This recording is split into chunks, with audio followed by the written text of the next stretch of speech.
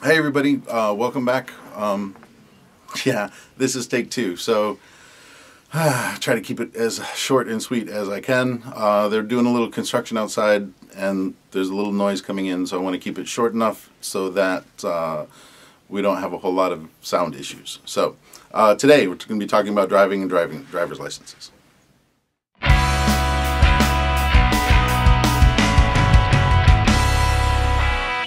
So, getting a driver's license in Japan is a kind of a trial, at least depending on where you're from or where you have your driver's license from.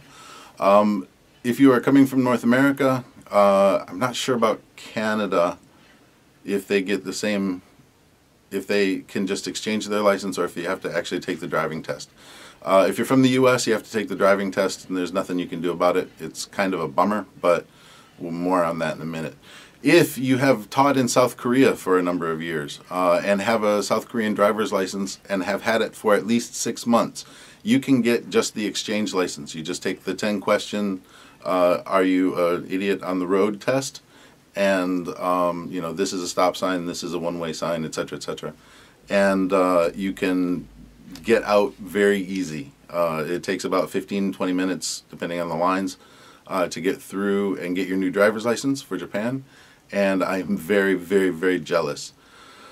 For those of us from North America, from the US, it's a bummer, but you got to take the driving test. So it has something to do with how the traffic accidents are reported in each country, and Japan doesn't like the way that the US reports driving accidents, so we get to take the slightly more arduous method. Some people are able to get in and take the driver's test and knock it out in one try, but that's a pretty rare breed. Usually the average is 3. I am bringing the average up.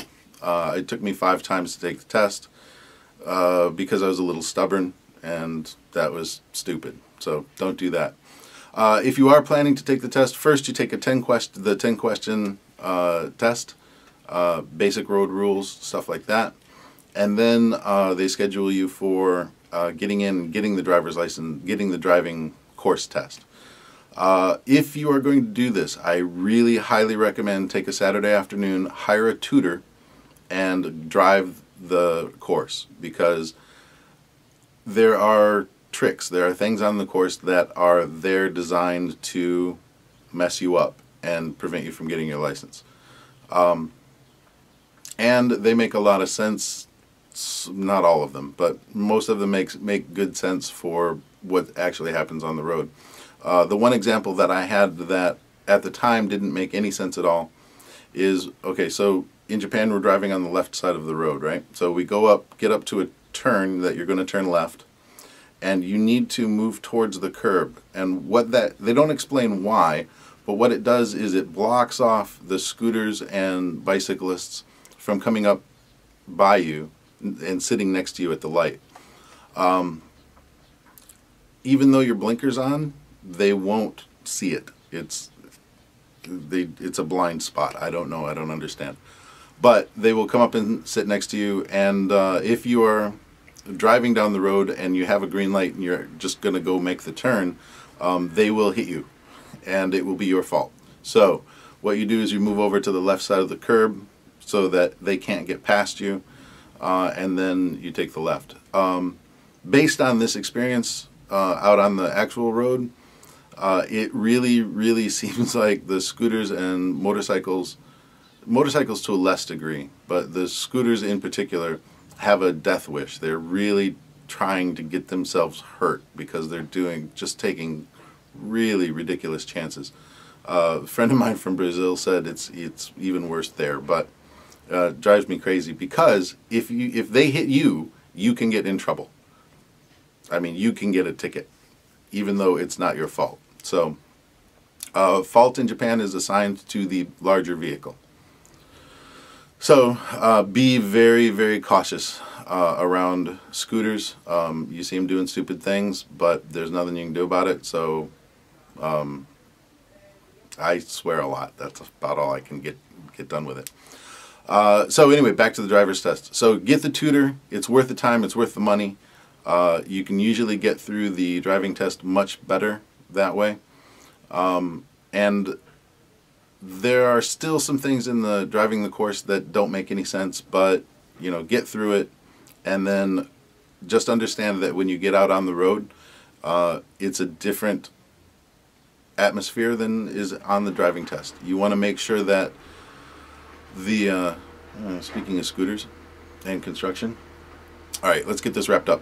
So you definitely want to make sure that you drive carefully. Assume that people will pull out in front of you in order to come out of a parking lot, etc., like that, because that seems to be, at least in Kansai, at least where I am, how it's part of the action, the rules of the road. Be polite and let people out. And if you've been stuck in a long traffic line, that's part of it. Yeah, noisy. So, the last thing I want to touch on is the child seat issue. Mexican Samurai 100, Tino brought it up in one of his videos a little while ago, and the issue is that it is still a pretty new law. My friend said that it only started about it only went into law about 5 or 6 years ago. So, yeah, no excuse. It should be, you know, one of those things that is always done, but it takes a little while for that kind of thing to become common, you know, common sense, right? So I think that it would be nice to see in Japan a set of TV advertisements, commercials that would help explain why it's so dangerous for children to not be in seatbelts and not be in child seats. I think a lot of people just don't understand how really dangerous it is. They get inside the car and they feel like they're safe. But it doesn't take a whole lot to, you know, if somebody hits you, things bounce around inside the car. It's really dangerous. So, yeah, I don't have to tell you guys. Yeah, that's it. I'm going to wrap it up because it sounds like the noise is getting ready to ramp up.